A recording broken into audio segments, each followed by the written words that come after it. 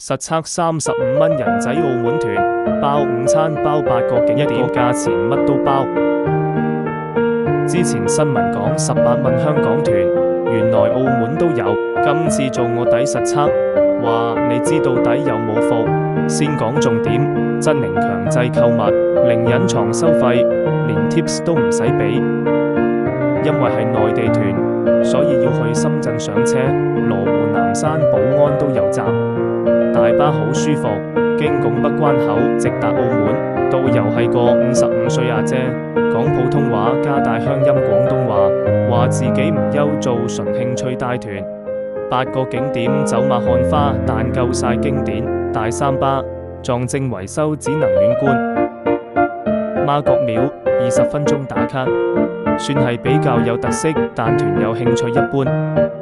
漁人碼頭加午餐，餐廳係正碼頭，4款碟頭飯俾你揀，旁邊有手信鋪，買到有提過的角沙希，禁食但完全唔強迫買，唔買都可以食飯。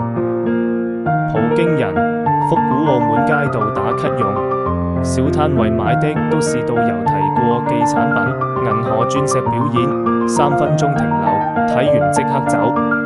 回歸賀禮陳列館，各省送的禮物，香港都有份，外國青年必去。巴黎人，對面打卡15分鐘，到此一遊 bed。威尼斯人，終於有1小時自由活動，去安德路食葡撻，係我唯一消費。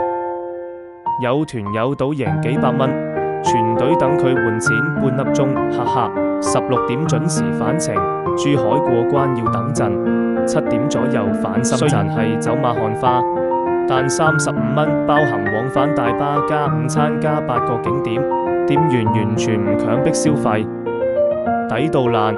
只有軟性 sell 貨，唔使坐定定聽課，想低成本遊澳門，打卡經典景點，呢個團可以考慮下。如果想知道午餐食用，俾個 like 我，下條片分享。